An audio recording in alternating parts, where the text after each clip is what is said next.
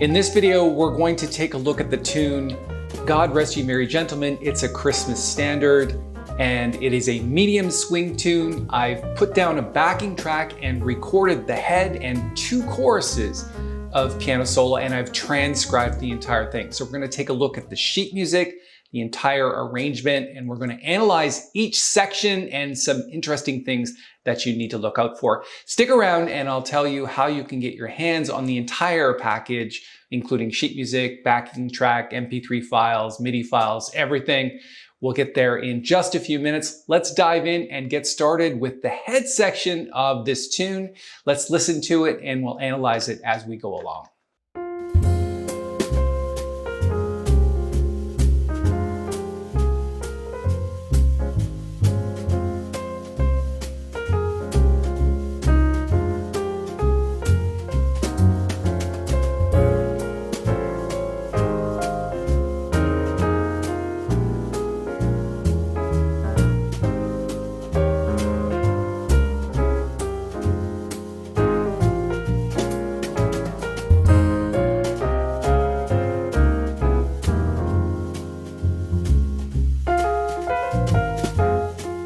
That's where the solo section starts. I've got 2 choruses of solo that we're going to analyze, but right now let's stick to the head section and we'll take a look at some of the more interesting chord changes and reharmonization that I've done. The very first thing you'll notice is that there is this line cliche here, which I got from B.G. Adair, where it's going from F minor to F minor sharp 5 to F minor 6. So it goes like this.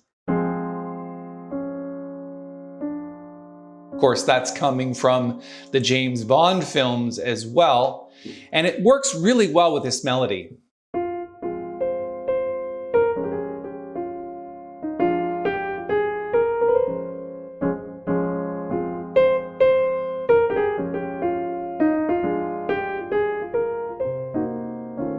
Now there's the first interesting jazz chord change that I think we need to pay attention to, and it is this one here where it goes C half diminished 7th to F plus 7, right here. And the voicings are really nice. So take a look at that voicing going to here. So you're just moving really from these notes to these notes. It's not a long movement, and that's the important part. When you reharmonize a tune and you're using these voicings, keep them close together. Don't be jumping all over the piano. So the smallest movements possible, especially when you keep the melody singing, which is this C up here. And then a 2-5-1 of A flat. There's your tritone substitution, which is A7 sharp 9 sharp 5. Now the thing that makes this chord sound nice is its fourths. There's a perfect fourth, another perfect fourth, another one, and there. Okay.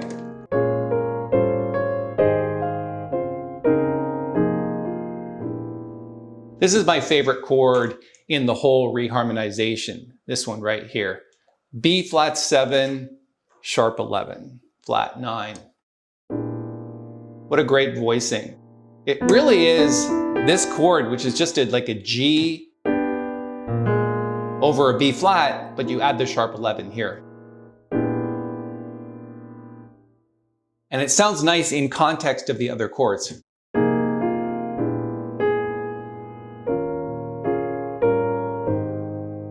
And then moving down the tune to A flat major 7.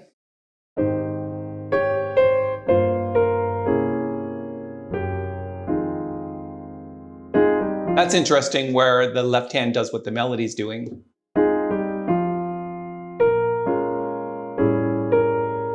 And then you've got both hands moving up the scale, which is nice, and then coming down.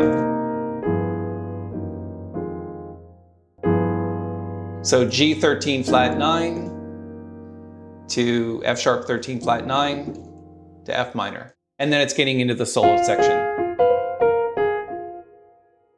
Let's go and listen to the solo section now, and then we'll analyze that as well.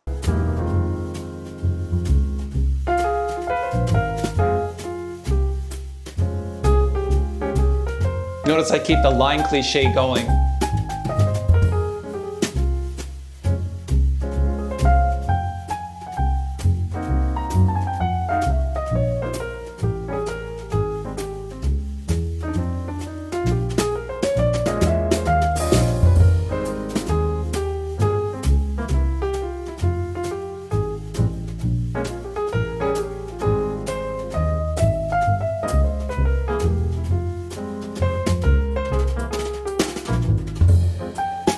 And then we're about to jump into the second chorus of solo. Interesting thing about the chord change right here at the top where you've got C7. So think about that in terms of the dominant chord leading back to 1, where you've got C7 flat 9 leading to F minor. So the first thing I think about is in minor keys, we can make really good use of the blues scale. So that's really a blues lick. I like starting solos like that because it's very familiar to the listener, that kind of sound. And then the second line is focused on that line cliche. And you can see F minor, then F minor sharp 5, F minor 6, F minor 6.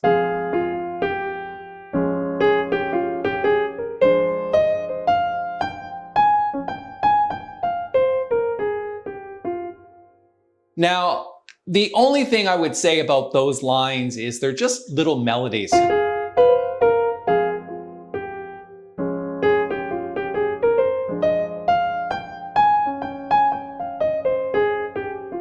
You don't really want to jump into like full bebop mode yet. We'll get there momentarily, but right now we're just making little melodies out of the scale. So if you think about F minor scale, not even F minor bebop scale, it's just an F minor scale. And you could play D flat or D natural, it's completely up to you depending on the chord. Like if we're doing F minor 6, you don't really want to play D flat there. And then when we get here to the second line, I love little things like this triplet right here in the second bar. And then just an enclosure going to the destination note, which is G.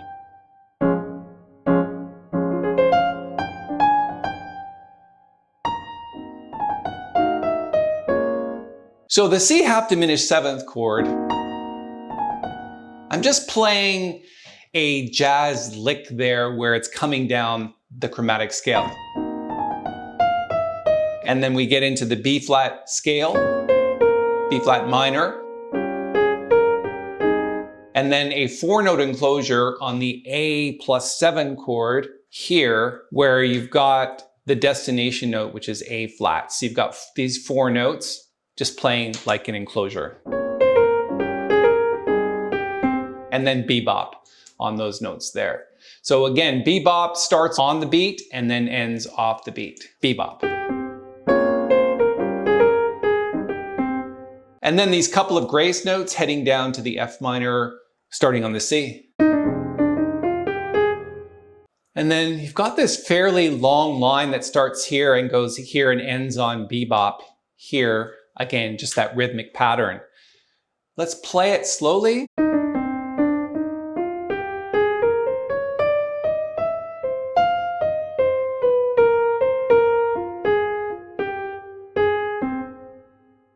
So starting on the B flat minor 7 here, again, it's just a 2/5 of A flat.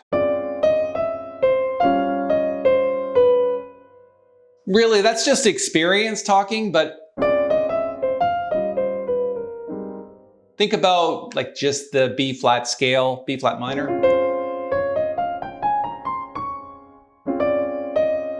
And really chromatics.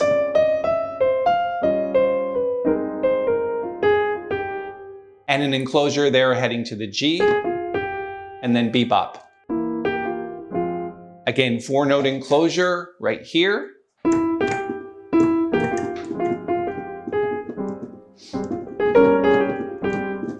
That is a nice little lick there, starting with the triplet here, and then coming down the scale. It's really just a 2/5 of A flat. You're just using the tritone substitution A7 sharp 9. And again, you've got all of these left-hand voicings that you need to play as well that I've completely transcribed. All right, let's go down to the next line. That is blues scale, right here. Think blues. And you'll hear that a lot in my playing because it just sounds cool, right?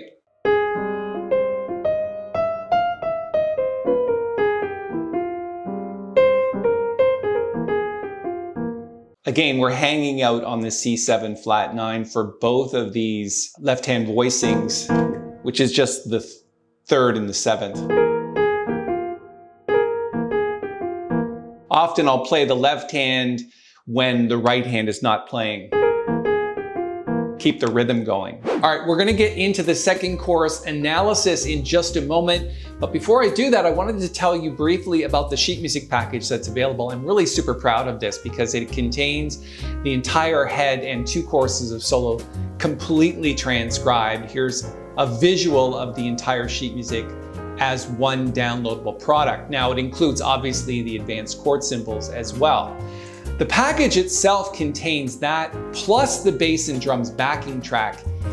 The backing track is important to practice it with bass and drums. So it comes with an MP3 file. There's a 2-bar count off to help you.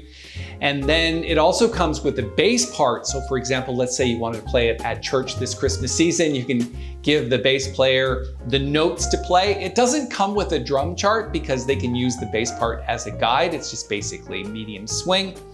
But it does come with an actual drum recording, which is just basically drums by itself. This is the one that we're using for the backing track so that you can import that into your digital audio workstation along with the MIDI files that I'm providing, the bass and piano MIDI files. So you can basically put your own sounds and things to it. So it's an actual live drum recording that you can download. And then finally, it includes the entire trio recording. It's the one that comes with this tutorial so we can follow along and reference it to know if we've got the licks right and the timing right, that kind of thing. In terms of the offer, the entire package is $29.95, but for Christmas time, we've reduced it to $24.95, so there's $5. But you can save another 25% off of that by going to the channel. This pop-up comes up and you can save 25% on your first purchase. It's not applicable to masterclasses or private lessons, but it is applicable to all the sheet music that's available in the store, including this entire package. Go check that out. There's a link up here in the corner. All right, let's go and listen to the second chorus now.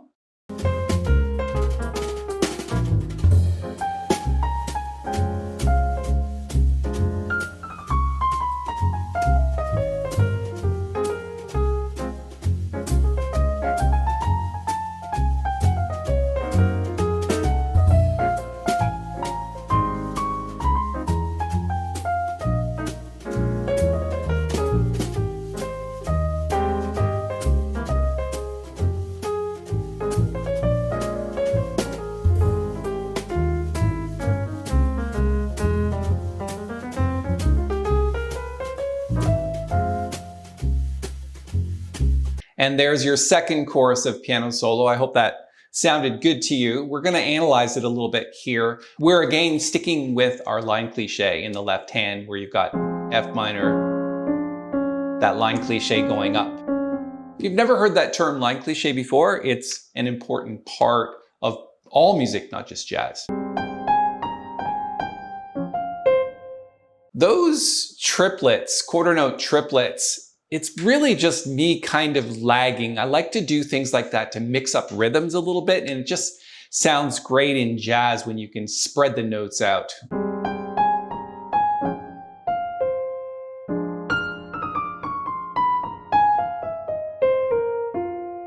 Of course, you've got this whole line. It ends just in this 4-note enclosure here where it's going. All right, we ended on this enclosure. And then we've got this nice line here. So think about that in terms of chord tones.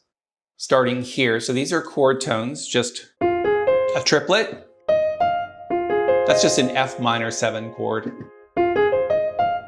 And then just passing notes, chromatic scale heading to the B flat of the F minor 6 chord. And then think about, again, considering destination notes, just getting there using these passing notes. It's really like an enclosure.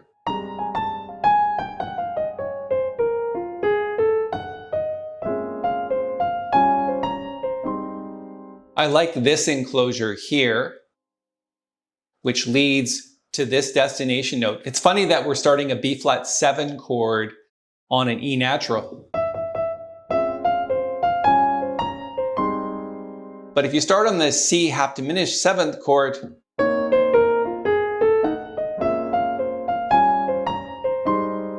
I think that's a line worth looking at when you practice it. We're anchoring on the C natural here. From the A flat major 7th chord.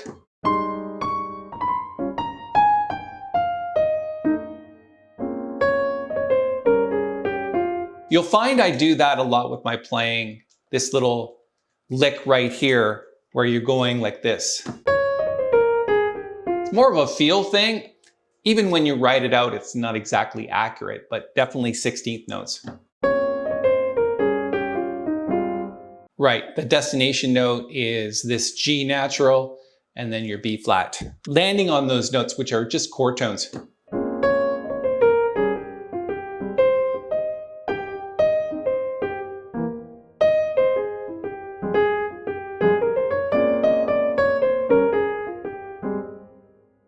Really just F minor scale here, and then a triplet. I like to throw those in rather than just 8th notes. And then starting on the B flat minor 7, again, you'll see that I'm starting not on the actual chord tone. It's like passing notes. Okay, moving down to the next line. And this is the last line of the solo.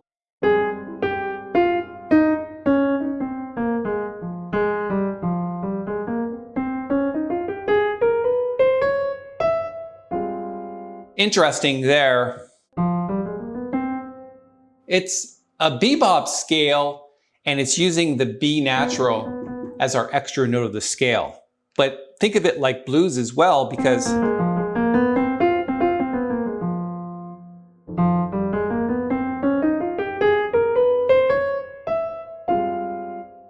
when I'm ending a tune like that, I like that run up or run down. And I'm probably going to end on 1, but how the notes fit in is basically up to the scale that I'm playing in the moment, which is mostly bebop scale with a little bit of blues mixed in.